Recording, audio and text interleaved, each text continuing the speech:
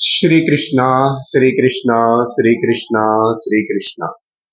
गुरुर्ब्रह्मा गुरुर्विष्णुः गुरुर्देवो महेश्वरः गुरुः साक्षात् परं ब्रह्म तस्मै श्री गुरवे नमः। तस्मै श्री गुरवे नमः। श्रुतिस्मृतिपुराणानाम् आलयं करुणालयं नमामि भगवत्पादं शङ्करं लोकशङ्करं। शङ्करं शङ्कराचार्यं केशवं बादरायणं सूत्रभाष्यकृतौ वन्दे भगवन्तौ पुनः पुनः। शंकर भगवान की जय। ஸ்ரீ ஆதிசங்கர திக்விஜயம். கடந்த சத்சங்கத்தில்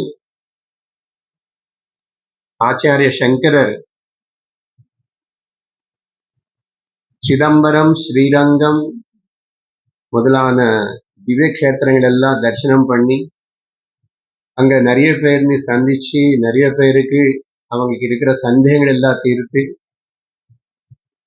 வாதனை பண்றதுக்கு வந்தவங்களுக்கு எல்லாருக்கும் கூட சரியான விதமா அவங்களுக்கு சமாதானம் சொல்லி எல்லாருமே சனாதன தர்மத்துக்கு சேர்ந்த வைதிக தர்மத்தினை எப்படி அனுசரிக்கணும்,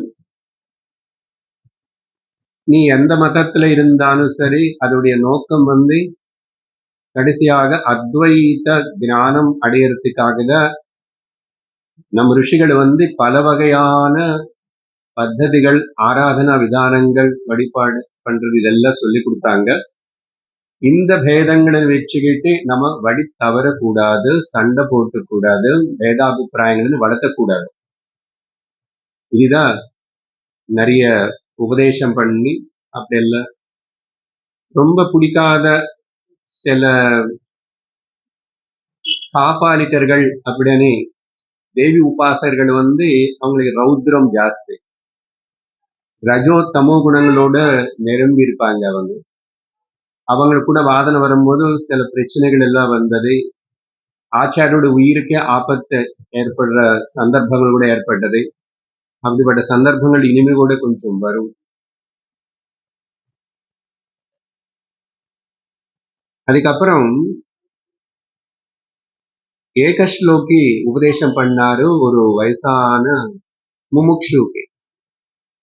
அதுக்கப்புறம் சிஷ்யர்கள் சில கேள்விகளை கேட்டாங்க, அதுக்கு எல்லாத்துக்கும் பதில் கொடுத்தாரு. இதெல்லாம் கடந்த சத்சங்கத்துல பார்த்த விஷயம்.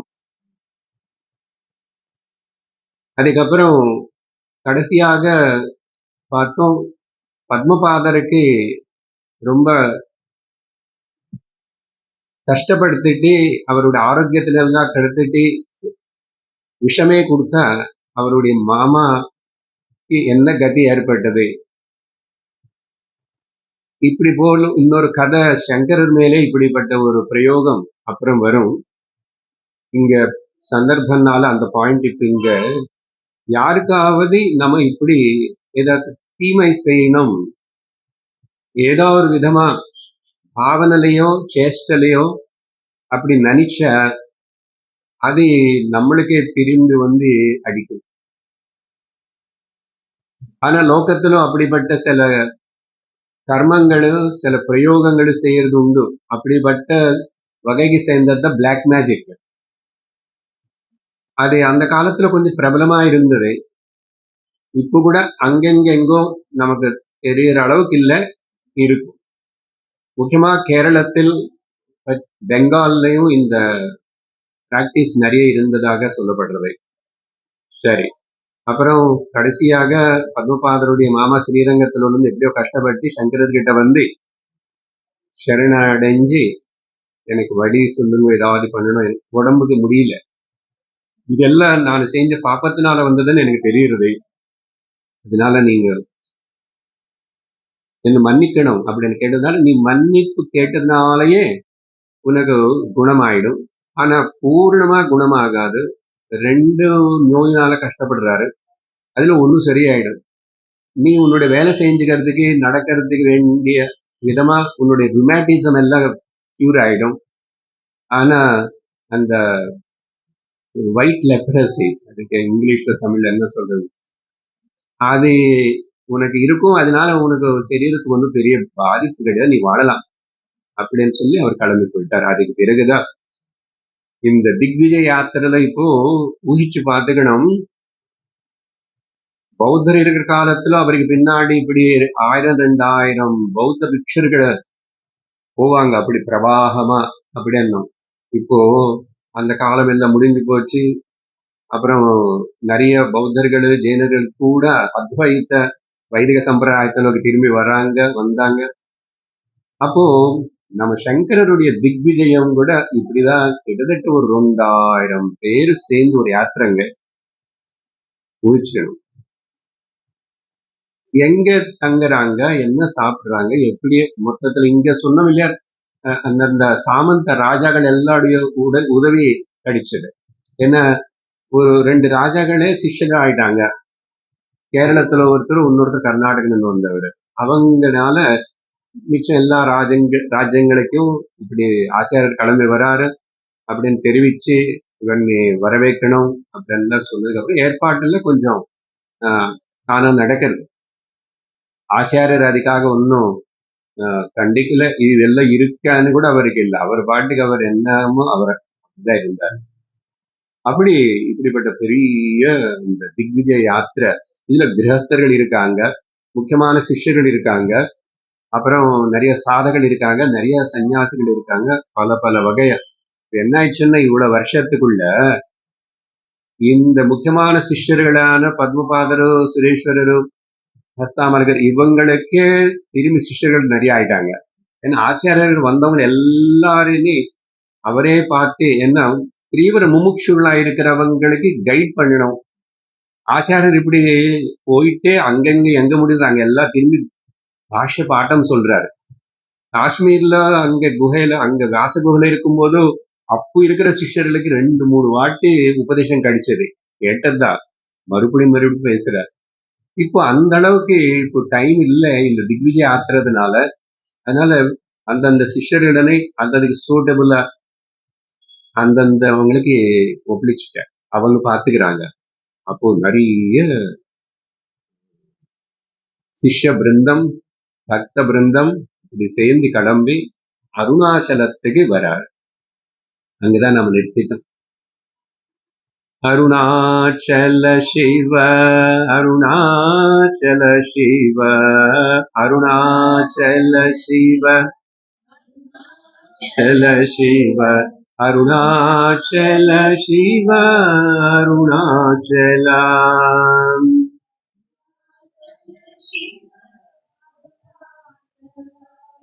அருணாச்சல சிவ அருணாச்சல சிவ அருணாச்சல சிவ அருணாச்சல சிவ அருணாச்சல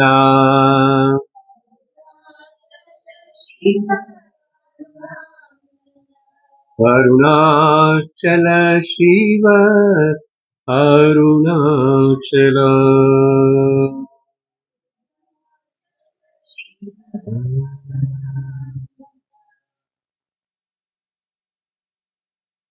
அருணாச்சலேஸ்வர சுவாமி கி ஜெய். அந்த காலத்துல நினைச்சு பார்க்கணும், ஒரு 100 வருஷத்துக்கு முன்னாடியே ரமணர் அருணாச்சலம் வந்து சேரும் போதே ஊரு பெருசா ஒன்னும் இல்லை. அந்த கோவில்னால அது தீர்த்த கஷேத்திரமா இருக்கு.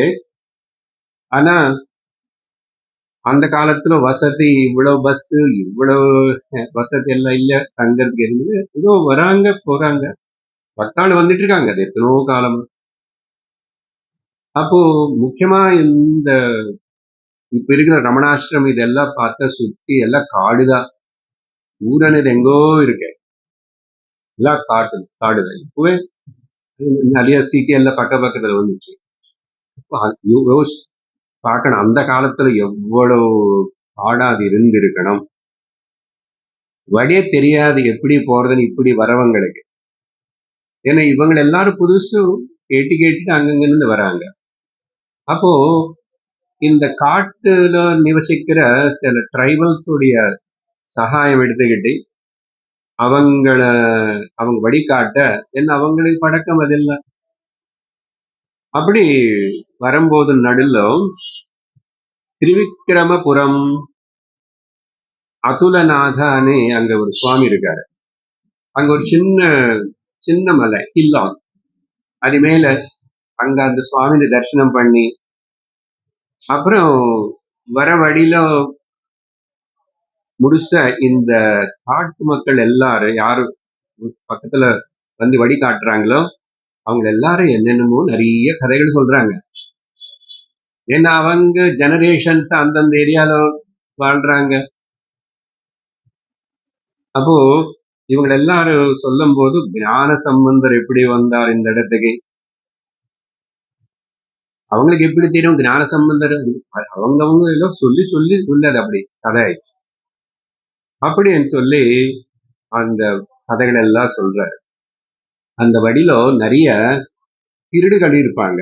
அந்த காலத்துல யாராவது இப்படி காட்டுக்கு நுழைஞ்சு அந்த ஊருக்கு அப்படி போனோம்னா அந்த ரோட் சைடுன்னா அத மார்க்கத்துல நிறைய திருடுகள் அவங்க கிட்ட இருக்கிறது எல்லாமே எடுத்துக்கிட்டு போயிடுவாங்க. சரியா? அப்படிப்பட்ட ஒரு சூழ்நிலையில தான் ஞானசம்பந்தர் வரும்போது கூட அப்படிதான் இருந்தது. அப்புறம் தூரத்திலிருந்தே அருணாச்சலேஸ்வரர் வந்து இந்த ஞான சம்பந்தர் வரும்போது வந்தப்போ அவர் அக்னி ஸ்தம்பம் போல் தரிசனம் கொடுத்தாரு. தூரத்துல நின்றே அக்னி ஸ்தம்பம் என்ன தூண்பம் அப்படியெல்லாம்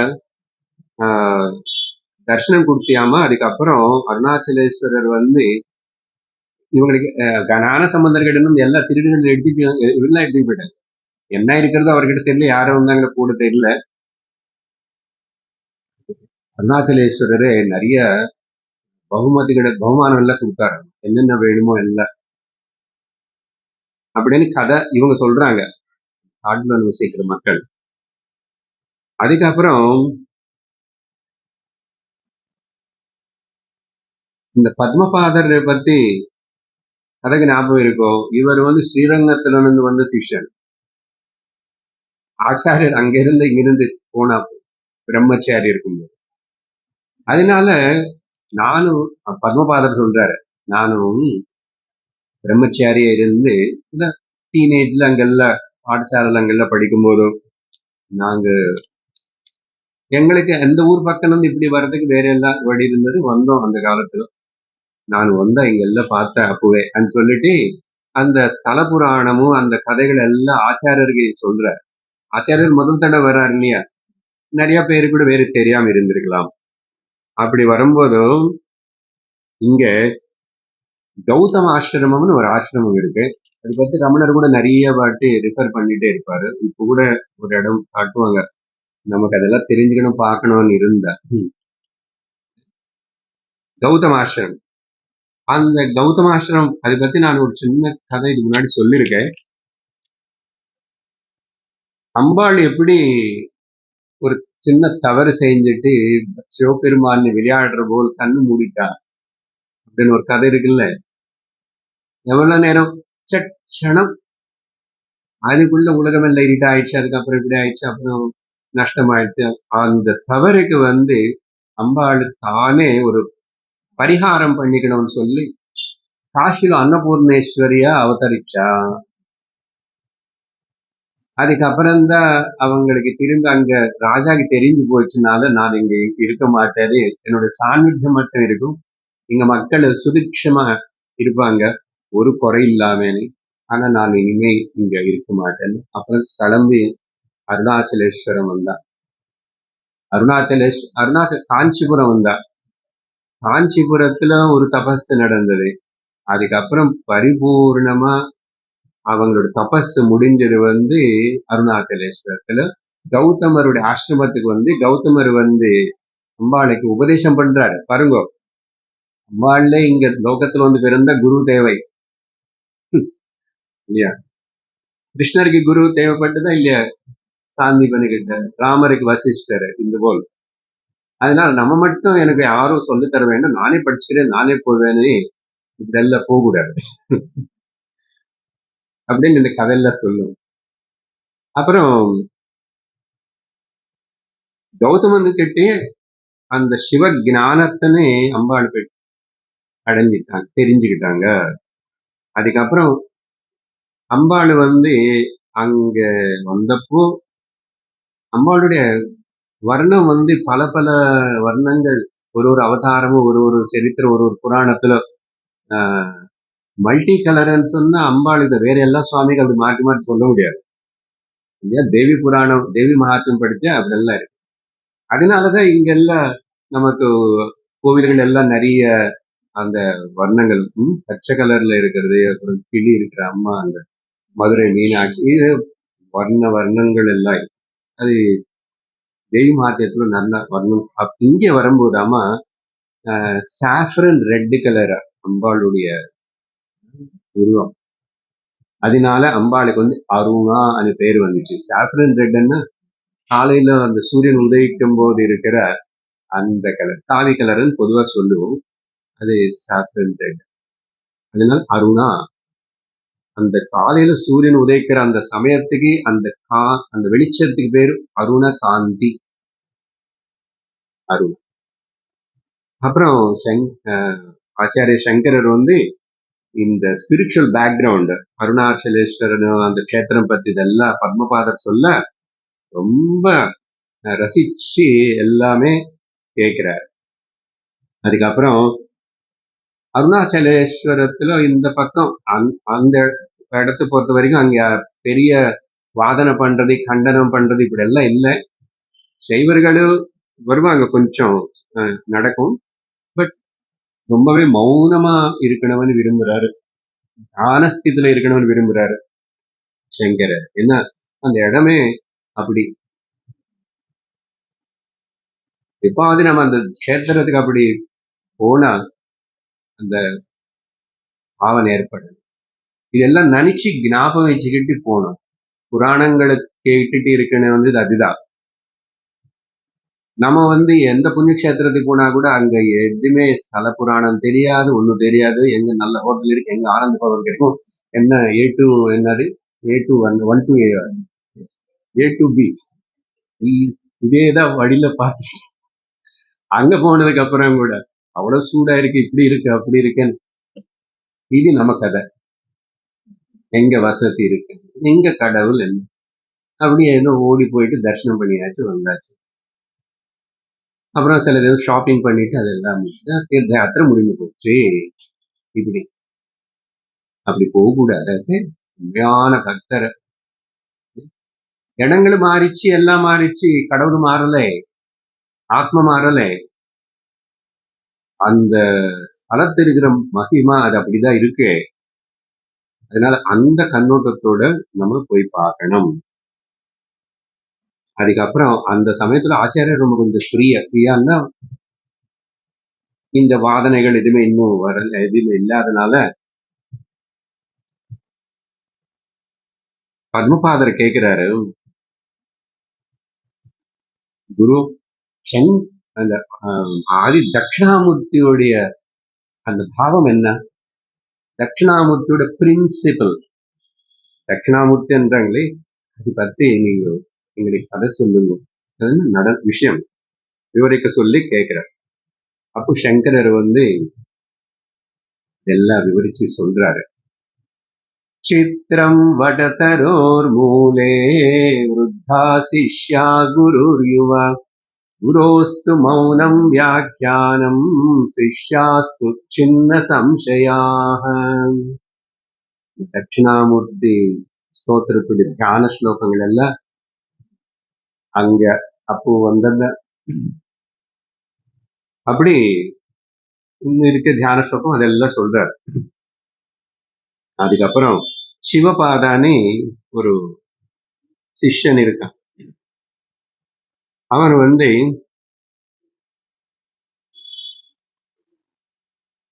அது எப்படி பகவானே, குருவே, தட்சிணாமூர்த்தி சுவாமி மௌனமா உட்கார்ந்தாரு. முன்னாடி நிறைய சிஷ்யர்கள் எல்லாரும் உட்கார்ந்தாங்க. எல்லாருக்கும் முடி நெறிஞ்சு போச்சு, பால்ட் ஹெட். அப்படிப்பட்ட வயசானவங்க எல்லாரும், இவரும் 16 வயசா உட்கார்ந்துருக்காரு. அது சரி, அந்த டிஃபரன்ஸ் பரவாயில்ல. மௌனமா இருந்து எப்படி சார் உபதேசம் பண்ணாரு? குரோஸ்து மௌனம் வியாக்கியானம் உபதேசம் பண்ணாராமா? சிஷ்யர்கள் கூட சந்தேகங்கள் எல்லாமே தீர்ந்து போச்சாங்க. சிக்ஷாஸ்து சின்ன சம்சயாக, எப்படி பாசிபிள், எப்படி நடந்து அப்படின்னு சொல்லி கேட்கிறாரு. சரி, சங்கரர் வந்து அது எல்லாத்துக்கும் விளக்கம் கொடுக்கிறார். பாருங்க, கேட்கிற அந்த சிஷ்யர்களோ அந்த பக்தாள் எப்படி இருக்கணும்னா, கேட்டு தெரிஞ்சுக்கணும், இன்னும் தெரிஞ்சுக்கணும், இன்னும் கேட்கணும், அப்படி இருக்கணும். ஏதோ சம்பந்தம் இல்லாதெல்லாம் கேட்கணும்.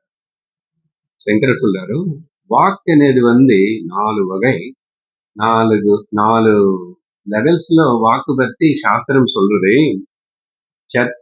சத்வாரி வாக் பதானி பரிமிதானி, அந்த 4 லெவல்ஸ், அதுக்கு அடிப்படையாக அந்த வாக்கெல்லாம் இருக்கும்னு சொல்லி. ஆனா ஞானி அந்த பராவாக்கு லெவல்ல இருப்பாரு. பராவாக்கு லெவல்னா சைலன்ஸ் தான். ஆனா அவர் அந்த நிலையில இருந்து மௌனமா இருந்தா கூட போதும், அங்க சாநித்தியத்துக்கு வந்தவங்களுக்கு எல்லாருக்கு தானா பிரயோஜனம் ஏற்படணும். அவனுக்கு இருக்கிற லெவலுக்கு தகுந்த போது. ரமணர் சமயத்துல எத்தனோ பேர் வந்து தரிசனம் பண்ணாங்க. நிறைய பேருக்கு ஞானோதயம் ஆயிடுச்சு, அங்கே இருக்கணும்னு தோணிச்சு, பரம பக்தாள் ஆயிட்டாங்க, அடியார்கள் இருக்காங்க. அதுக்கப்புறம் பிற்காலத்து அவங்க எல்லாரும் ஜீவன்முக்தர்கள் ஆயிட்டாங்க. கொஞ்சம் தான் பேசியிருப்பாரு, கொஞ்ச நாள் தான் பேசியிருப்பாரு, கொஞ்சம் பேர்கிட்ட தான் பேசுவாரு, அப்பப்போ கேட்டுட்டாங்க. அந்த கேள்விகள் சரியானதா இருக்கு, இது வழிகாட்டும்னா அதுக்கு பதில் வரும். அதான் சொன்னோம், அடிக்கடிக்கு சொல்லுவோம், சிஷ்யனு உருவானாதான் அந்த குரு உருவாயிடுவார். சிஷ்யன் இல்லைன்னா குரு வரமாட்டார். அப்படின்னா the receiving end is more important than the broadcasting end. அது இங்க காட்டுறது. அப்படி அந்த பராவாக்கு தான் மௌனம். அந்த ஞானியிலிருந்து அந்த ஞானம் தானா அது வந்து எப்படி இந்த பல்பு வெளிச்சத்தின் அப்படி கொடுத்துட்டு இருக்கிறதோ, அந்த பராவாக்குன்னு டச் பண்ண அந்த ஞான நிலையில் இருக்கிற வந்து சைலன்ஸ், அதுல இருந்து அதே பேசுமா, அதே ஞானத்தினே விஷயத்தினே அந்த எதிரில இருக்கிற இன்னொரு சரீரத்துல இருக்கிற அந்த சத்திசக்திக்கு அது கம்யூனிகேட் பண்ணிக்கும். உபாதிதான் பேதம், விஷயம் ஒண்ணுதானே. இப்படி எல்லாம் சொல்லி அந்த பராவாக்கு பத்தி சொல்லி, அந்த பராவாக்கு தான் ஆத்மாவுடைய மௌன கீதம் என்றார். புரிஞ்சுக்கணும், பராவாக்கு தான் சைலன்ஸ் தான் ஆத்மாவுடைய மௌன கீதம். அதனால வளவளன்னு பேசிட்டு இருக்கிறது எப்ப பார்த்த வெளியிலே பார்த்துட்டு, அந்தர்முக சமாராத்யாம் பகிர்முக சுதுர்லபாம் ஆவృத்த சக்ஷு அமிர்தத்வமிச்சன். யாருடைய திருஷ்டி அந்தர்முகமாகிறதுன்னா அர்த்தம் கண்ணு மூடிட்டே இருக்கிறதுன்னு அர்த்தம் இல்ல. லோக விஷயங்களை பத்தே நினைச்சுக்கிறேன், லோக விஷயங்கள் பத்தே சிந்தனை பண்றேன், கேள்வி கேட்கிறேன், அதேல இருக்கிறியே. அப்படி இருந்தா உனக்கு சத்தியம் தெரியாது. அந்தர்முகம் இதெல்லாம் கேட்டுட்டு இருக்கும்போது சுரேஸ்வராச்சாரியர் வந்து இன்னும் கூட அதுக்கப்புறம் பேச நிறுத்திட்டார் நினைக்கிற சங்கரர். சுரேஸ்வரர் இன்னும் கேட்கிறாரு தட்சிணாமூர்த்தி பத்தி. என்ன ஒருத்தர் ஒரு கேள்வி கேட்கிறாங்க பாருங்க. பத்மபாதர் ஆரம்பிச்சுட்டார், சிவபாதர் வந்து அந்த மௌனம் எப்படி சொல்லி தரும். அதுக்கப்புறம் சரி, அந்த தட்சிணாமூர்த்தி ஏதோ சொல்றது இல்ல, உருவம் இருக்கு, புராணத்துல கதை இருக்கு, எல்லாம் இருக்கு. அப்ப அது சங்கரர் வந்து சொல்றார் பதில்.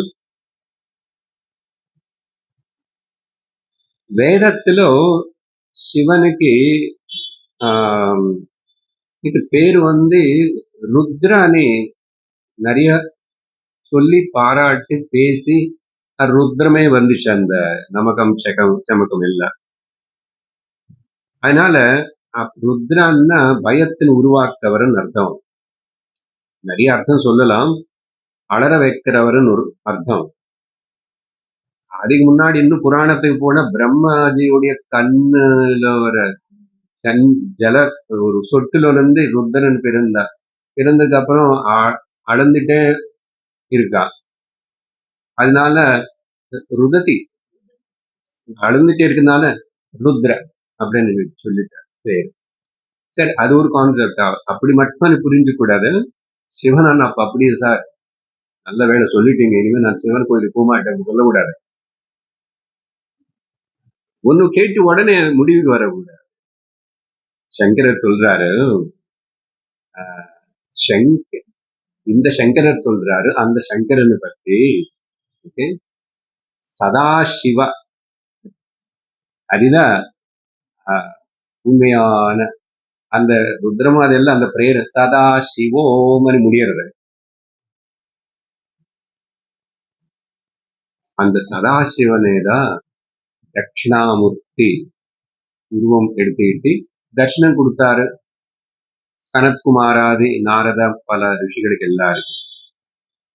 தட்சிணாமூர்த்தி என்ன அர்த்தம்? இதுக்கு பல அர்த்தங்கள் சொல்லலாம். ரொம்ப தயா கருணையோட கூடியிருக்கிற உருவம், சாந்தியோட கூடியிருந்த அந்த உருவம், அப்புறம் தட்சணத்துக்கு நோக்கி உட்கார்ந்து இருக்கிற பார்க்கிற உருவம், அப்புறம் தட்சிணான்னு எடுத்துக்கிட்டாவே அதுக்கு ஞானம் அது அர்த்தம். தட்சிணா ஞானம். என்ன ஞானம்? ஜீவ பிரம்மா ஒன்றுதான்.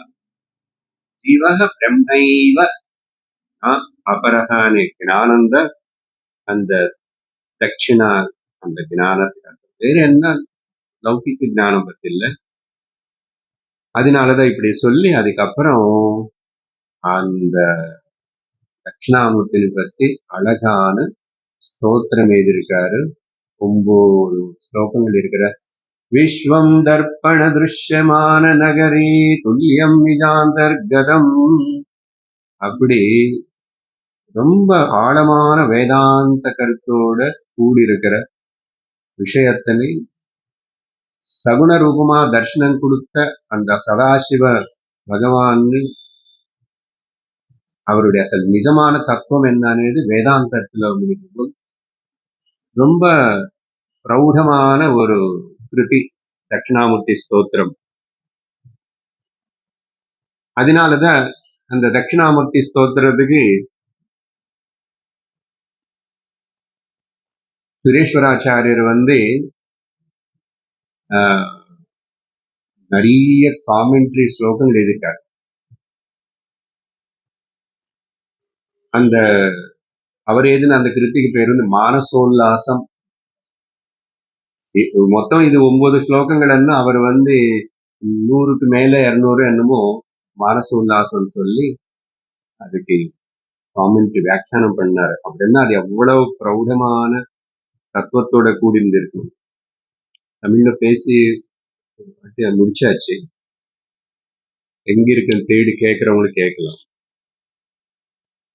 அதுக்கப்புறம் சின்முத்திரல இருக்காரு, சின்முத்திரமானந்த ரூபம் அப்படின்னு அந்த தியான ஸ்லோகம் வருது இல்லையா.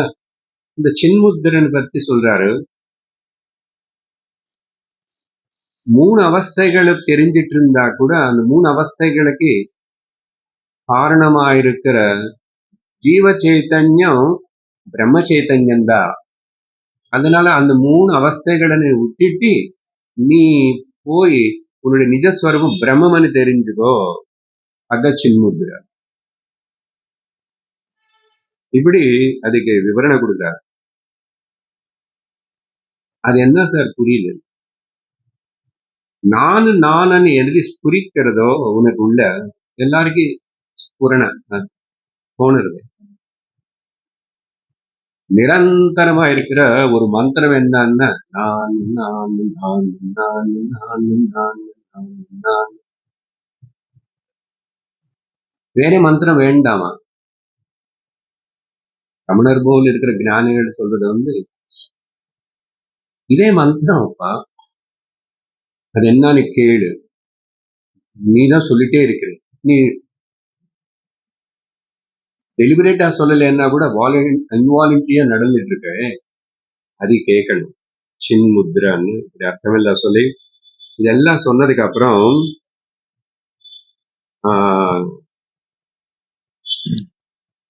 இது அதான் இவ்வளவு கேட்டதுக்கு அப்புறம்தான் அந்த சுரேஸ்வரர் வந்து அந்த மானச உல்லாசம் இதெல்லாம் இவ்வளவு கேட்டதுக்கு அப்புறம் அவருக்கு அது சாரம் எல்லாம் புரிஞ்சு ரொம்ப மேதாவி. அப்புறம் அது எழுதினாரு. சரியா,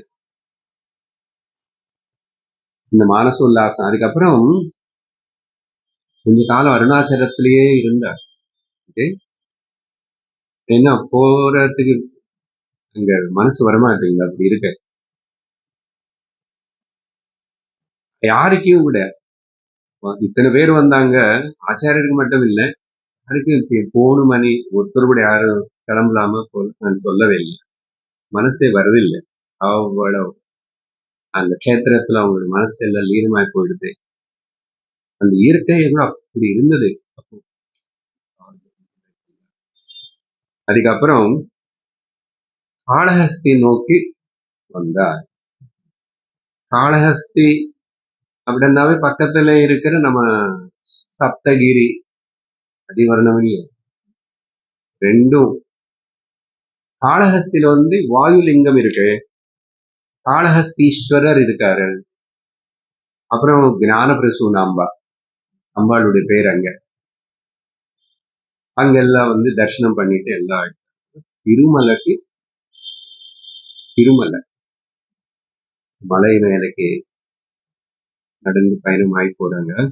சப்தகிரி அதுல அது எங்க இருக்குன்னா அங்க மேலே ஒரு நதி. இப்போ நதியா பிரவகிக்கலன்னா கூட சுவாமி வாரி புஷ்கரிணின்னு சொல்லுவாங்க பாருங்க. முன்னாடி ஒரு பெரிய குளம் இருக்கு, அதுல வந்து தண்ணி அதுக்கு வாட்டி அதை அப்படி ஊறிட்டு இருக்கு. அதுல கிணறு மாதிரி என்னமோ நிறைய இருக்காமா, அது ஜலம் ஊறிட்டுனால அது நதி போகுதுதான். அப்ப அந்த மாதிரி அந்த காலத்துல அப்படி ஒரு வேலை போயிட்டு இருந்தது. அப்புறம் இது கட்டிட்டாங்களா என்ன ஆச்சு? புஷ்கரணி நதி தீரத்துல இருக்கிற அந்த சுப்பிரபாதத்துல வரும் சுவாமி புஷ்கரணி வார்த்தை வரும், புஷ்கரணி தடம், தடம்னு தீரம். இந்த 7 மலைகளுடைய பேரு புராணத்துல ஒண்ணுக்கு ஒரு பிரசித்தமான கதை இருக்கு. சேஷாத்ரி, நீலாத்ரி, கருடாத்ரி, அஞ்சனாத்ரி, ரிஷபாத்ரி, நாராயணாத்ரி, வெங்கடாத்ரி. இதெல்லாம் நீங்க போகும்போதே அங்கங்க ஆற்றெல்லாம் கட்டி அழகா அதுக்கு அங்க ஒரு சுவாமின்னு வச்சு எல்லாம் வச்சுட்டாங்க. திருப்பதி, திருமலை.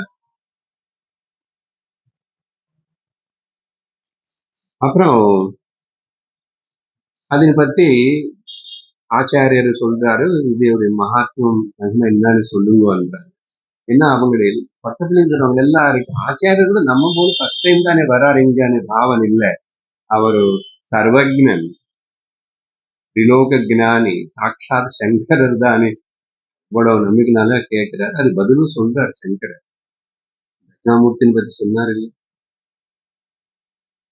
அப்புறம் என்ன சொன்னான்னா, பிரம்மா, விஷ்ணு, சிவா, தேவி, கார்த்திகேயன், இத்தனை இவங்க எல்லாருமே கூட அந்த வெங்கடேஸ்வரன் வந்து ஆராதனை பண்ணி வழிபாடு செஞ்சாங்களாமா, பூஜை பண்ணாங்களாமா. அது ஒரு காலத்துல ஏதோ யுகத்துல எங்க புராணத்துல எல்லாம் இருக்கு பாருங்க. யார் யாரு இல்ல, பிரம்மா, விஷ்ணு, சிவா, தேவி, கார்த்திகேயன் எல்லாரும் ஸ்ரீமன் நாராயண வெங்கடேஸ்வரன் பூஜிச்ச ஆராத்திய ஸ்தலம் இது அப்படின்னு சொல்லி,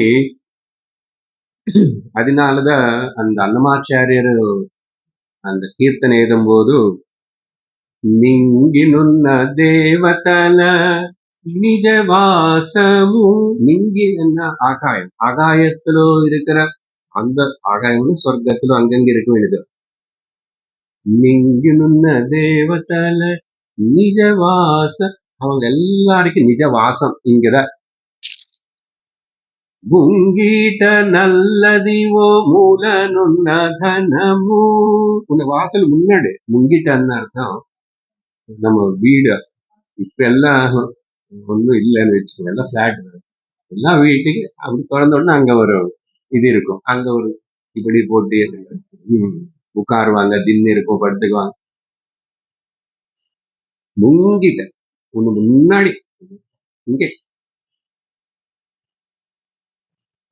மூலதனம் நிஜமான சொத்து. ముంగిట నల్లదివో మూలనున్న ధనము బంగారు శిఖరాల బహు బ్రహ్మమయము అదివో అల్లదివో శ్రీహరివాసము పరివేల శేషుల పడగలమయము. அழகான கிருதி எழுதினார் அன்னமாச்சாரியர். அப்போ இப்ப என்ன சொல்றீங்க, இந்த ஒரு மூர்த்திலேயே எல்லா தேவர்கள் இருக்காங்கன்னு சொல்றீங்களா அப்படின்னு சொன்ன கேட்கிறாரு. கேட்டா சங்கரர் சொல்றாரு, ஆமா, அதனால இங்க தரிசனம் பண்ணிக்கிறதுக்கு வர பக்தாள் எல்லாரும் அவங்கவங்க இஷ்ட குலதெய்வம் வேற ஏதாவது இருந்தா கூட அதுதான் இங்க இருக்கிற பாவத்தோட வரணும். அதனாலதான் சர்வ வகையான இந்து மக்கள் எல்லாரும் சொல்லி வர. வீட்டுல எங்க குலதெய்வம் எங்க கிராம தெய்வம் எல்லாம் வேற இருந்தா கூட வெங்கடேஸ்வரன் வருஷத்துக்கு ஒரு வாட்டி பார்க்கணும்னு போறவங்க, அது பழக்கமா வச்சுக்கிட்டு கச்சிதமா போறவங்க எத்தனையோ பேரு. இப்போ அப்போ இப்படி சொல்லி அப்புறம் ஒரு ப்ரிடிக்ஷன் பண்ற, வரப்போற காலத்துல பவிஷ்யத்துல இந்த மூர்த்தி வந்து இந்த இடம் ரொம்ப சக்தி வாய்ந்தமான பிரபஞ்ச மொத்தத்திலேயே அப்படிதானே, மொத்தத்துல எல்லா பக்கம் இருந்து உலகத்துல இருந்து மக்களை ஆகர்ஷிக்கக்கூடிய சக்தி அதுக்கு இருக்கும். அது நிறைய அப்படி இருக்கும், நிறைய ஆண்டுகள் இருக்கும் அப்படின்னு சொன்னாரு. அதுக்கு மேலும் இங்க சங்கர விஜயத்துல அவ்வளவு சொல்லல. அதுக்கப்புறம் சில வைஷ்ணவர்கள் அவங்க எல்லாரும் இங்க. அப்புறம் ஸ்ரீயந்திரத்தினை அங்க அவர் தான் பிரதிஷ்டை பண்ணாரு. அதனாலதான் அந்த தனாகர்ஷணம் ஸ்ரீயந்திரம் இருக்கிறதுனால அங்க லட்சுமி தேவி தாண்டவம் ஆடுறாங்க அப்படின்னு சொல்லப்படுறது. அப்புறம் நிறைய பக்தாள் எல்லாரும் இந்த தாச சம்பிரதாயம் எல்லாரும் போய் அங்க தர்ஷிச்சு அநேக கீர்த்தனைகளை எழுதியிருக்காங்க. அப்புறம் தெரியல, தியாகராஜர் போனப்போ கரெக்டா வந்து திரை போட்டுருக்கு கோவில்ல சுவாமி நைவேத்தியம் சில சமயத்துல போடும்போது அவர் அப்போ உடனே சரி எப்படி இருக்கணுமா பாக்கிறதுக்கு வந்து திரை தீயக ராதா, அந்த கர்த்தன் வந்து எடுக்க கூடாதா சுவாமி அப்படின்னு ஒரு அழகான கீர்த்தனை பாடியிருக்காரு சொல்லப்படுறது. சரி, அதுக்கப்புறம் காஞ்சிபுரம் வந்தார். பிரசித்தமான ஒரு க்ஷேத்திரம் காஞ்சிபுரம். இவ்வளவு க்ஷேத்திரங்களும் இத்தனை கதை, அதுக்கு பின்னாடி இத்தனை மகாத்மியம், இத்தனை மகாத்மா தரிசனம் பண்ணது என்னென்னமோ இருக்கு. வாழ்க்கை தத்துவமா இதெல்லாம் படிச்சு தெரிஞ்சுட்டு கேட்ட ஸ்ரத்தையோடு கேட்டா அப்ப பக்தி வளரும். நம்ம ஆசையை நிறைவேற்றுறது மட்டுமே போறது. இப்போ பார்த்த கோவில் பகவான் சாநித்தியம் பாக்குறதுக்கு போறேன், ஏன் பகவான் எல்லா இடத்துல இல்லைன்னு கேட்கக்கூடாது. இருக்கார், உன்னை பார்க்க தெரியலையே, அதனால இங்க வாங்க. கரண்ட் எல்லா இடத்துல இருக்கு, நீ எங்க கரண்ட்னு கேட்டு அதுவும் அந்த பல்பு பாருன்னு சொல்லணும். அப்படிதானே. சப்த மோட்ச தாமங்களுக்குள்ள காஞ்சிபுரம் ஒண்ணும். அயோத்தியா மதுரா மாயா காஷி காஞ்சி அவந்திகா புரி துவாராவதி செய்வ சப்தை தான் மோக்ஷதாயக. இந்த 7 க்ஷேத்திரங்களுடைய நாமம் இப்படி சொன்னாவே விஷயம் வருமா சார்? ஒரு நாள்லக்கு இப்படி கிளாஸ் வந்து உட்காருவேன், அவ்வளவுதான். அதுதான்ப்பா பெரிய வரம், பெரிய பிளெஸிங்.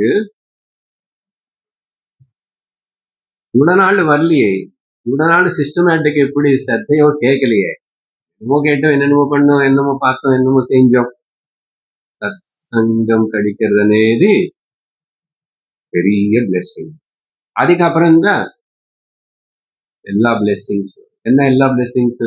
எந்த பிளெஸிங் உனக்கு கிடைச்சதுக்கு அப்புறம் இனிமே எனக்கு எந்த பிளெஸிங் வேண்டாம் அనే ஞானம் வருதோ, எந்த அறிவு ஏற்பட்டதுக்கு அப்புறம் இனிமே எந்த அறிவும் எனக்கு தேவையில்லைன்னு தோணுறதோ, முண்டக்க உபனிஷத்துல கேட்டது போல், எது ஒண்ணு தெரிஞ்சுக்கிட்டா சர்வம் தெரிஞ்சுக்கிறது போல ஆகுமோ குரு, அது சொல்லுங்க, அது கிடைக்கும். Guarantee sir, guarantee. எப்போ நீ கேட்க கூடாது, நீ எப்போ வாங்கிக்கிறது ரெடியோ அப்போ. அப்போ பச்சையா நேரா கேட்டா, யாரும் இப்ப மோட்சம் வேணுமான்னு இருங்க, வீட்டுல எல்லாரும் கிட்ட போய் சொல்லிட்டு வரேன். அது ஒரு கதை இருக்குல்ல, நான் வைகுண்டத்துக்கு கூட்டிட்டு போற வரியான்னு சொன்னா, நான் ஒரு கதை. பிரம்மச்சாரி, நான் எனக்கு புதா பாடசாலையில படிச்சுட்டு வந்தா, நான் இன்னும் உலகமே பார்க்கல, இன்னும் கொஞ்சம் நான் அதெல்லாம் படிச்சு இது பண்ணி நிறைய அப்புறம் வரேன்னு சொன்னாராமா பகவான் நாராயணன் கேட்டு. கிரகஸ்தனை கிட்ட போனா, என்ன சுவாமி போன வருஷம் தான் கல்யாணம் ஆயிடுச்சு, 2 குழந்தைகள் அதெல்லாம் வரணும், அதை படிக்க வைக்கணும், அது எல்லாம் சேர்ந்து செட்டில் பண்ணி அப்புறம் அப்படின்னு சொல்லிட்டு ஒரு வயசானவன் கிட்ட வந்தா, இன்னும் பேத்தியோட கல்யாணம் பார்க்க வேண்டாமா, பேரனுடைய கல்யாணம் பார்க்க வேண்டாமா, இன்னும் கொஞ்ச நாள் இருந்துட்டு வர.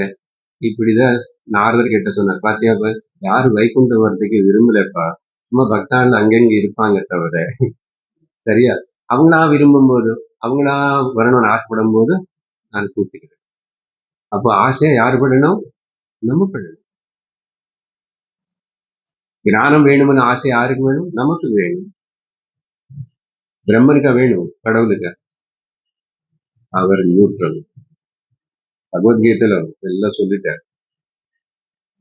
அப்படிப்பட்ட காஞ்சி கஷேத்திரம் 100 கணக்குல தேவாலயங்கள் இருக்குதாமா. அப்போ இப்ப கூட நிறையவே இருக்கு. சில இதெல்லாம் காலகட்டத்துல ரட்சிக்க முடியல, அப்படி எல்லாம் ஆயிடுச்சு, என்னென்னமோ ஆயிடுச்சு. அப்படி போனது தானே ஒண்ணு வாங்கிட்டோம். கூட இன்னும் 2 குடும்பம் கூட முக்கியமானதுன்னு கேட்கிறோம், புத்திதான் ஆகணும்.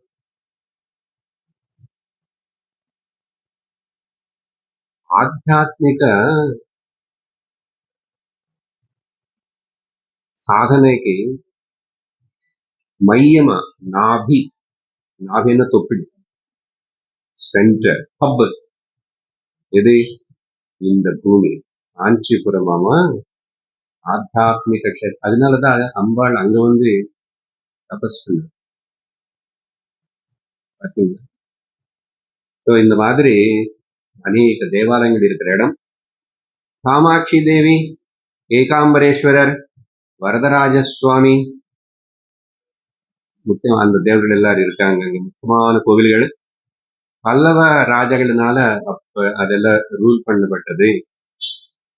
இந்த பல்லவர்களுக்கு பக்கத்துல கொஞ்சம் தூரத்துல இருக்கிற சாளுக்கிய ராஜாக்களோட எப்பவுமே சண்டை. அதனால இந்த வைதிக தர்மத்தின்னு இவங்க யாரும் காப்பாத்துறதோ அதை பத்தி கொஞ்சம் அக்கறையோ, தர்மம் అనేది போயிடுச்சு இவங்களோட நடுல.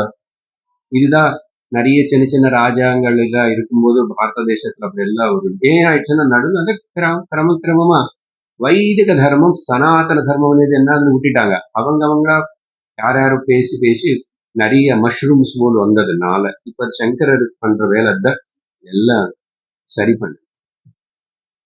அப்ப என்னாச்சு, எப்போ வைதிக தர்மம் ரட்சிக்க முடியலையோ, நேச்சுரல்லா அடுத்ததெல்லாம் இப்படி மஷ்ரூம்ஸ் போல் வேத பாஹ்யமான மதங்கள் வந்துச்சப்போ, அதுதான் பௌத்த மதம், ஜெயின மதம், இவங்க எல்லாருடைய பிரபாவத்தினால கோவில்கள், கோபுரங்கள் கொஞ்சம் கொஞ்சம் கொஞ்சம் கொஞ்சம் சிதிலமாகி போச்சு. மெயின்டைன் பண்ணணும் இல்லையோ.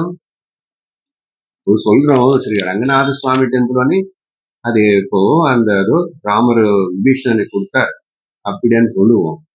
அப்புறம் கோவில் கட்ட அந்த கோவில் இருக்குமா என்ன? எத்தனை செஞ்சுரிஸ் இருக்கும்? போகும். அடுத்த ராஜாக்கள் வராங்க. அப்படி பண்ணி அழகான கம்பீரமான கோபுரம் நிற்கிறது. அது கூட சில வருஷங்களுக்கு முன்னாடி தானே சில முக்கியமானவங்க எல்லாரும் சேர்ந்து அது உடஞ்சது இருந்துதான் அப்புறம் சரி பண்ணிட்டாங்க. அதனால எல்லாமே சிதில அவஸ்தை, எல்லாமே காணாம போற அந்த சமயத்திலோதான் நம்ம அப்பர் சுவாமி, ஞான சம்பந்தர் இவங்க எல்லாரும் கொஞ்சம் அந்த பக்தி வேவு இன்னொரு பக்கம் நல்ல வந்ததுனால திரும்பி கொஞ்சம் கொஞ்சம் இவங்கள மூலமா சைவம் அது கொஞ்சம் நல்லா காப்பாற்றப்பட்டது. இல்ல அதையும் போய்விடுது. சைவர்கள் வைஷ்ணவர்கள் சண்டை போட்டோம்னாக்க அது வேற விஷயம். பட் இவங்க எல்லாரும் அடித்தபடி இவங்க எல்லாரும் பௌத்தர்கள் ஜெயினுகள் ஆகிறாங்க. இப்போ நிறைய இருக்காங்க சார் பௌத்தர் ஜெயினுகள். நீங்க இப்படி பேசுறீங்க பப்ளிக்கா என்னன்றீங்கன்னா நம்ம ஒன்றும் சொல்லலை. அவங்க இந்துக்கள் தான். வேதத்தில் பாகியமாயிருந்து என்னமோ பண்ணிட்டு இருக்காங்க. பரவாயில்ல, இந்த நாட்டுக்கு என்னமோ கடுதல் செய்யல, நல்ல கருத்துக்கள் எல்லாம் சொல்றாங்க, அஹிம்சான்றாங்க, அவங்க இருந்துக்கும். ஆனா வேத பாக்கியம், வேதத்தின்னு நம்புறது இல்லை அவங்க, ஈஸ்வரன் நம்புறது இல்லை. நல்லா புரிஞ்சுக்கணும்.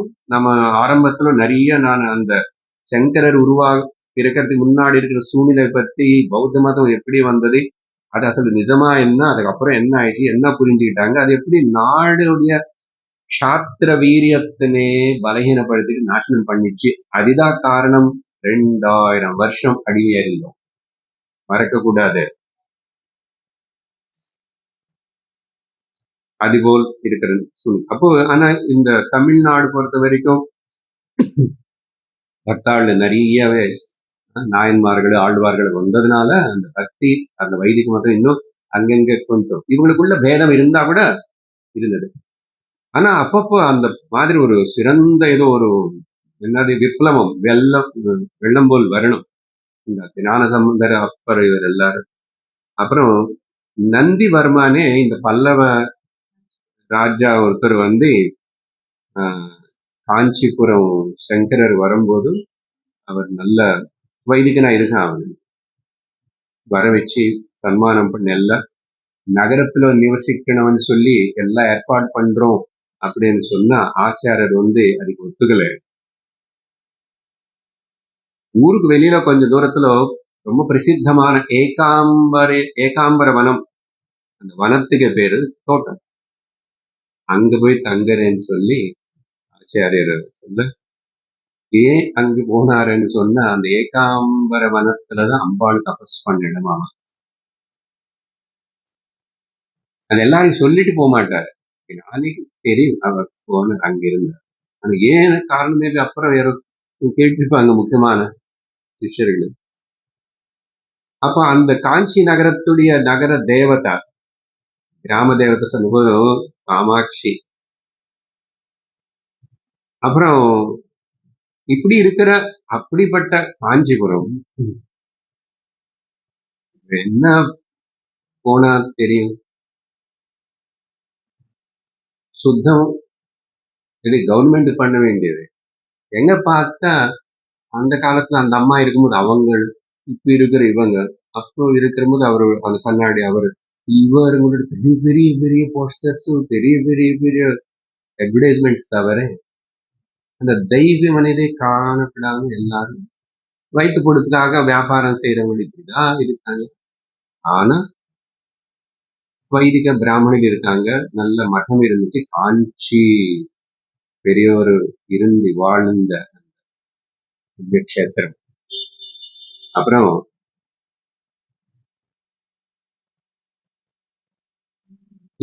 எப்போ மனிதர்கள் வந்து அந்த இடத்துல நிறைய அதர்மம், அத வைதிக தர்மத்தை விட்டுட்டு ரொம்ப போகிகள் ஆயிட்டாங்களோ, அங்க சாநித்தியத்தோட கூடி இருக்கிற காமாட்சி அம்பாளுக்கு கோபம் வந்து நிறைய அந்த இடத்துக்கு கஷ்டங்கள் வந்துச்சு. நிறைய கஞ்சம் வந்தது, மழை நிறைய பெஞ்சது, பெய்யாம இருந்தது, இப்படி எல்லாம் பல கஷ்டங்களுக்கு எல்லாத்துக்கும் அந்த அந்த இடம் அப்ப எல்லாம் ஆயிடுச்சு. அப்போ சரியான பத்ததிகளான உபாசனைகள் இல்லாதனால ஜனங்களுக்குள்ள சத்துவகுணம் வளரல, குறைஞ்சு போச்சு. எதுக்கு சத்துவகுணம்னா வைதிக தர்மம் என்ன பண்ணுவான்னு சொன்னா சத்துவகுணத்தில் உனக்குள்ள வளரும். நிஜமா வைதிக தர்மத்தின் புரிஞ்சுக்கிட்டு வைதிக தர்மம்னா இப்போ இருக்கிற சூழ்நிலை சனாதன தர்மம்னு சொல்லணும். அது பற்றி தான் கிரிட்டிசிசம். சத்வாத் சஞ்சாயதே ஞானம். கீதையில என்ன சொன்னார் பகவான்? எதுக்கு சார் சத்துவகுணம்? ஞானம் வரணும்னா சத்துவகுண சம்பன்னா இருந்தாதான் ஞான பிராப்தி அப்படின்னு. அப்போ ராஜா நந்திவர்மத்துடைய சகாயத்தினால இப்போ அங்க என்ன ஆயிடுச்சு, அங்கேயும் தேவி கஷேத்திரமா முக்கியமா இருக்கிறதுனால அப்கோர்ஸ் ஏகாம்பரேஸ்வரர் இருந்தா கூட காஞ்சிபுரம் காமாட்சி, அதனால தேவி ஸ்தலம் மகாத்மியமா இருக்கும்போது கண்டிப்பா அங்க சாக்தியர்கள் இருப்பாங்க, காப்பாளிகர்கள். இந்த தேவி உபாசனாவே கொஞ்சம் ஒரு மாதிரி ரௌத்ரமா இருக்கும். சிகப்பு ட்ரெஸ் அப்படின்னு எல்லாம் வரதே நிறைய அப்படிலாம். அதிலும் பல பல படிகள். அவங்க எல்லாத்தினால அங்க பெரிய பிரச்சனை இருக்குன்னு சொல்லி அந்த ராஜா நான் அவங்க எல்லாருமே எப்படியோ இங்க வரவேற்பேன், அதுல தீவிரமா வாதனை செய்யறவங்கள நீங்க அவங்க கூட பேச அவங்களுக்கு அட்வைஸ் பண்ணணும் அப்படின்னு சொல்லிட்டு சொன்னாங்க. சங்கரருடைய வேலை அதுதான். அப்போ அங்க அதை பத்தி எல்லாம் இருக்கும்போது இந்த தேவி உபாசனா செய்யற இவங்க எல்லாத்திலும் கௌல மார்க்கம் சமய மார்க்கம் ரெண்டு இருக்கு. இந்த நாமங்கள் எல்லாம் லலிதா சஹஸ்ரநாம மந்திரத்திலே வரும். கௌல மார்க்க தத்பரா, சமயாந்தர சேவிதா, இதெல்லாம் நாமங்கள் வரும். இது எல்லாத்தையுடைய நிஜமான அர்த்தம் என்ன, அப்புறம் இது எல்லாத்தையும் நீ சரி பண்ணணும். எல்லாம் என்ன ஆயிடுச்சு, எதேதோ சொல்லாததெல்லாம் செய்யறாங்க இவங்க எல்லாம். அப்போ பிரபஞ்சசார தந்திரம் அப்படின்னு ஒரு கிரந்தத்தினு எழுதினார் ஆச்சாரியர். பிரபஞ்சசார தந்திரம் எப்படி இந்த தந்திர தாந்திரிகள் எல்லாருக்கும் உபயோகப்படுற போல் அவங்க நீங்க செய்யுங்க இது. ஆனா இதுல எதெல்லாம் தவறு, எதெல்லாம் வைதிக தர்மத்துக்கு வெத்திரேகமா இருக்கும் அது வேண்டாம். நீ உபாசனை இந்த தெய்வம் மூலமா நீயும் அந்த இடத்துக்கு வரலாம், உனக்கு உதவி பண்ணும். ஆனா வேதங்களுக்கு அனுகுணமா இருக்கிற போல் அதுல இருந்து சககரிக்கிற போல் ஏறினார். அதுக்கப்புறம் அந்த கர்ப்ப கிரகத்தில் திரும்பி அங்கேயும் ஸ்ரீயந்திரத்தினை யந்திரத்தினை ஸ்தாபனம் பண்ணி 8 திக்குகளுக்குள்ளேயும் 8 காளி தேவதைகளை பிரதிஷ்டை பண்ணி அந்த ஸ்ரீயந்திரம் சுத்தி இப்படி எல்லாம் அங்க பல இதெல்லாம் ஆச்சாரியருக்கு தேவையில்லை, ஆனா மக்களுக்கு தேவை, மக்களுக்கு வழிகாட்டுறது. அதெல்லாம் இருக்கிறதுனாலதான் இன்னைக்கு ஒரு நல்ல ஆட்சி பண்ற போல் இருக்கிற ஒரு கர்ம பத்தமான ராஜ்யம் ராஜா வர காலத்துல கூட வருவார். அதெல்லாம் நமக்கு கிடைச்சது. நம்ம பாக்குறோம். அட்லீஸ்ட் அது முன்னாடில எப்படி இருந்ததோ அப்புறம் எப்படி இருக்க போறதோ நம்ம இன்னும் பார்க்க போறோம். உலகம் எல்லாம் பாக்குறது, இப்போ உலகம் எல்லாம் சால்யூட் அடிக்கிறாங்க. யாரும் டினை பண்ண முடியாது. நாடு இப்படி எந்த திசை நோக்கி போறது, உன்னதி ராமராஜ்யத்தின நோக்கி போயிட்டு இருக்கு. சரி, அப்பவும் பாலிடிக்ஸ் இருக்குல்ல மாதிரி, இப்போ பாலிடிக்ஸ் சொல்லணும் இல்லையா மாதிரி, இப்ப இப்படி எல்லாம் இருந்ததானே ராஜா எத் ராஜா தத் பிரஜா, யதா ராஜா ததா பிரஜா, யதா ராஜா ததா பிரஜா. சரி, அப்புறம் காமாட்சி அந்த சக்தி அதை பத்தி கொஞ்சம் சொல்றாரு. பரபிரம்ம மகிஷி, மகிஷின்னா பாரியான்னு அர்த்தம். பரபிரம்மக்கு பாரிய இருக்குமான்னு மாயா சக்தி தான். அப்போ பரபிரம்ம மகிஷன்னா மகாமாயா, லலிதா சஹஸ்ரம் நாம மகாமாயா ஆதிகி. அப்போ அதனாலதான் அந்த இடத்துக்கு பேரு. அப்புறம் காமகோட்டி. கோட்டி அண்ணா உச்ச எண்ட், இந்த தெருவுடைய எண்ட் மொனை. கோட்டின்னா ஒரு அந்த பணம் கோட்டி,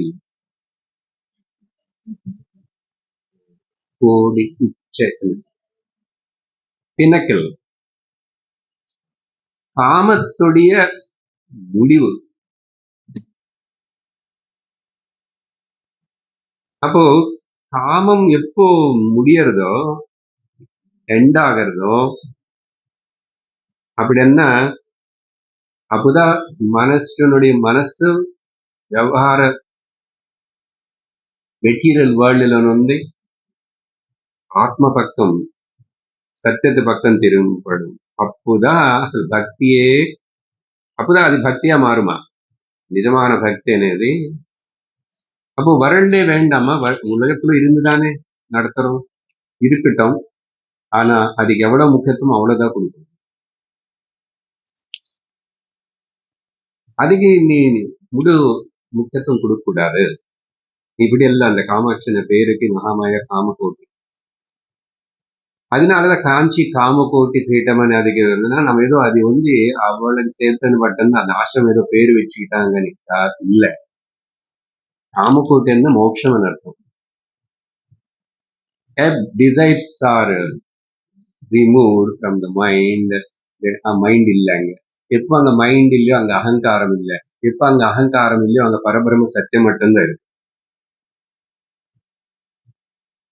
ஆனா எப்பவுமே இருக்கிற பரபிரம்ம சத்தியம் தான். இந்த நடுவுல காணப்படுற மனசு, இந்த நடுவுல காணப்படுற புத்தி, நடுவுல காணப்படுற இந்த உலகம், நாமரூப பிரபஞ்சம், இதெல்லாம் மித்யா. only an appearance, only an appearance. தெரியறதுனால அது சத்தியம் இல்லை, அதனால அது illusion, மித்யா. பட் அதுல இருந்தே நீ இது இல்லூஷன் தெரிஞ்சுக்கணும், சத்தியத்தினை கடைபிடிச்சு ரெண்டு பண்ணு. அப்புறம் சிவகஞ்சி, விஷ்ணு கஞ்சி, இப்படிப்பட்ட கோவில்கள் எல்லாத்தையும் கூட அந்த காலத்துல இருக்கு, உத்தாரணம் பண்ணி அங்கெல்லாம் கொஞ்சம் சரி பண்ணி, வைஷ்ணவர்கள் எல்லாம் இப்படி நல்ல சைவர்கள் ரெண்டு கோவில்களின் எல்லாத்தையும் நல்ல விதமா அந்த சிஸ்டம் எல்லாம் ஏற்பாடு பண்ணி சங்கரர். அப்புறம் அத்வைத்தம் பத்தி இருக்கிற தப்பான பாவம், நீங்க இப்படி அத்வைத்தமே கேட்டுட்டு இருந்தா என்னோட பக்தி இல்லாம போயிடுமோ, நிறைய பேருக்கு இது ஒரு பயம். வேதாந்தம் கிளாஸுக்கு, ஸ்பிரிச்சுவல் கிளாஸுக்கு போனா என்னோட பக்தி என்ன ஆகுமோ, ஒன்னும் ஆகாது, நல்லா ஆகும். ஏன் பயம்னா, என் இஷ்டத்துக்கு நான் என்ன பக்தின்னு செஞ்சுக்க முடியாது. ஏன்னா இங்க வந்த பக்தன் என்ன தெரியுமா, பகவத்கீதை பாரு, பக்தனுடைய லட்சணங்களை பாரு, இப்படியெல்லாம் காட்டி காட்டி அந்த குத்துவீங்க நீங்க. எனக்கு கஷ்டமா இருக்கும், ஐ cannot tolerate, அதனால நான் வரமாட்டேன், பாப்பேன், அப்படி போவேன். இப்போ யாருக்கு நஷ்டம், ஒரு நாளைக்கு வருவேன், சுந்தர சாவடி தப்பாரு. இது தெரிய மாட்டேங்குது மக்களுக்கு. அதுக்கப்புறம் இப்படி அந்த அத்வைத்தனை பத்தி அவங்களுக்கு புரிய வச்சு, நீங்க இப்போ துவைத்தத்துல இருக்கீங்க, உங்க இஷ்ட தெய்வம் இதெல்லாம், ஆனா நீங்க தாண்டி வர வேண்டிய நிலையில, அதனால வேதத்துடைய அந்தம், வேதாந்தமும் நீங்க புரிஞ்சுக்கணும், அவங்களுக்கு புரியுற போல் சொல்லி.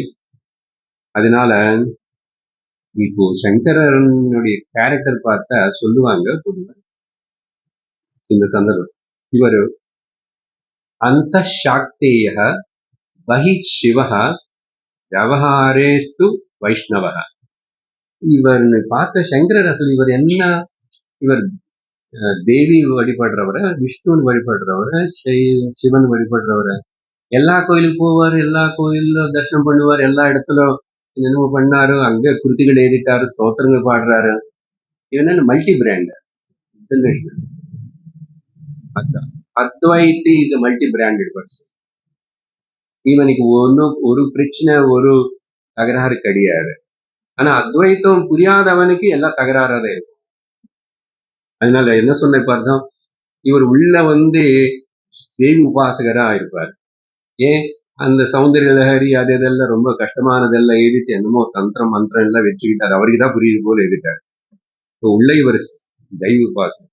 ஆனா வெளியில பார்த்தா இப்படியெல்லாம் பட்டி வச்சுக்கிறாரு, ருத்ராட்சம் போட்டுக்கிறாரு, மொட்டை அடிச்சுக்கிறாரு, இந்த சிவனா இருக்காரு, செய்வயிட்டா இருக்காரு. அந்த விவகாரம் பண்ணும்போது மட்டும் ரொம்ப பிரேமையோட அன்போட கருணையோட எல்லாம் இருந்துச்சு. வைஷ்ணவர் போல் அப்படின்னு சொல்லுவாங்க. அப்போ அந்த காமாட்சி அம்மன் பத்தி நிறைய பாடியிருப்பாரு, எதிர்ப்பாரு. ஒரு ஸ்லோகம் அவருக்கு அப்போ தோணுது. ஓங்கார பஞ்சர சுகீம் உபனிஷத் உத்யான கேலிகலா கண்டீம் ஆகம விபினி மயூரிம் ஆர்யாம் அந்தர்விபாவயே கௌரீம். ரொம்ப பொய்ட்டுக்கல்ல. ஓங்காரமனே பஞ்சரத்துக்குள்ள இருந்த கிளி கிளி ஓங்காரம் అనేది பஞ்சரமா சொன்னா கூட பஞ்சர ஓங்காரம் என்ன பஞ்சரம் அது சொல்லணும் இல்ல. அப்ப கிளின்னு கேஜ்ல வச்சா நினைச்ச கூடாது. உபனிஷத் உத்தியான இந்த கேஜ் అనేది சின்ன கூண்டுல வைக்கல, பெரிய உத்தியானவனமா இருக்கு. என்ன உத்தியானம்? உபனிஷத்தனே பெரிய தோட்டத்துக்குள்ள விஹரிச்சு ரொம்ப விளையாடிட்டு இருக்கிற அம்பாள். என்ன எவ்வளவு அழகா பாருங்க. இப்படி எல்லாம் பியூட்டி ஆகுது, இதாவது எக்ஸெக்டிவ்ஸ் ஆகுது சம்ஸ்கிருதமா. எவ்வளவு அழகா இருக்கு. ஆகம விபினி மயூரிம் ஆர்யாம் அந்தர் விபாவையே கௌரி. ஆகமம் என்ன வேதம். இந்த வேதம் ரொம்ப விஸ்தரிச்சிருக்கு. எப்படின்னா இந்த மயிலுடைய அந்த தோகை விபின் ஆகம விபின்னு அப்படி ஸ்ப்ரெட் ஆயிருக்கு. எவ்வளவு அழகா இருக்கு. மயில் பீகாக் ஃபெதர்ஸ் எவ்வளவு அழகா இருக்கு. இன்னொரு ஏதாவது கம்பேர் பண்ணி சொல்ல முடியுது? அத எத்தனை வாட்டி பார்த்துட்டு இருந்தாங்க சார், பார்த்துட்டு அதனால அது இயற்கையில இருந்து இருக்கிறது பார்க்கும்போது தெரிட்டாது. சூரியன் எவ்வளவு வாட்டாவது பாருங்க, எழுதி பார்த்து தானே போர் அடிக்கிறது சொல்லுவீங்களா? சந்திரன், பெரிய மலை, ஏன்னா அது என்ன அதான் உலகத்துல வேற ஏதாவது நீங்க வாங்கி வச்ச பொருள், நீங்க வாங்கின சாரி, நீங்க வாங்கின ஜுவல்ஸ் எல்லாம் பாருங்க போர் அடிச்சு போச்சு. என்னோட சமையல் ரூம் எனக்கு போர் அடிச்சு போச்சு. அதனாலதான் ஏதாவது மார்க் ஓடை பெயிண்ட் பண்ணி ஒரு புதுசா கொண்டு வர படிச்சல்ல போடு. ஏன் இதெல்லாம் வருதுன்னா அதில கூட நீ தெய்வத்துவத்தின்னு பார்க்க தெரிஞ்சா உனக்கு அப்படி ஆகாது. அப்படி என்ன சார் கட்டி போச்சு சார் வாஷிங் மிஷின், அது வாங்குங்க, வேலை நடக்கணுமே அப்படி. சோ இந்த மாதிரி அழகா அப்படிப்பட்ட ஆர்யாம் ஆர்யாம் அப்படின்னு இந்த கான்டெக்ட்ல சிறந்த சொல்ல முடியாத நார்மல் அர்த்தம் என்ன சொன்னோம் ராமாயணம் சொல்லும் போது ஆர்யான்னா a civilized person. Civilised persons எல்லாரும் எங்கிருந்தோ வந்துட்டாங்க, நாங்க தான் இங்க பர்மனெண்ட் இருக்கிறோம்னு அவன் பேசினான். சரி இரு, நீ சிவிலைஸ்டா இல்லைன்னு முதல்ல தெரிஞ்சுக்கோ. ராவணனுடைய காரிய மண்டோதரே அவனு யுத்த பூமியில கீழே விழுந்ததுக்கு அப்புறம் அழுந்துட்டு ஓடி போய் ஆர்யான்னு கூப்பிடுறான். நீ அவனோட பார்ட்டியான்ற ஆரியர்களும் என்ன பேசுறாய் உனக்கே தெரியல. கொஞ்சம் காட்டுக்கு டாக்டர் கிட்ட போய் அந்தர்விபாவையே கௌரியம் உன்னு நான் வெளியில மட்டும் பார்க்கல, ஏதோ குயிலும் அப்புறம் மயிலன்னு சொல்லி உள்ளதான் ஒண்ணு பாக்குறேன். உள்ள நடனம் செய்யற அந்த ஆத்ம சைத்தன்யத்தை தான் நான் நீயா பாவிச்சு அப்படின்னு சொல்லி அழகா. ஸோ இதோட இன்னைக்கு நிறுத்துறோம். அப்புறம் இந்த காஞ்சிபுரத்துல கூட நிறைய டிபேட், இன்னும் டிபேட்டே வரலையே, அதெல்லாம் நடக்கும். கொஞ்சம் அது பற்றியும் அடுத்த வகுப்புல பார்ப்போம். ஓம் பூர்ணமதః பூர்ணமிதம் பூர்ணாத் பூர்ணமுதச்யதே பூர்ணஸ்ய பூர்ணமாதாய பூர்ணமேவாவசிஷ்யதே. ஓம் சாந்தி சாந்தி சாந்தி. हरिः ओम श्री गुरुभ्यो नमः. हरिः ओम. हरि ओम तत्सत्.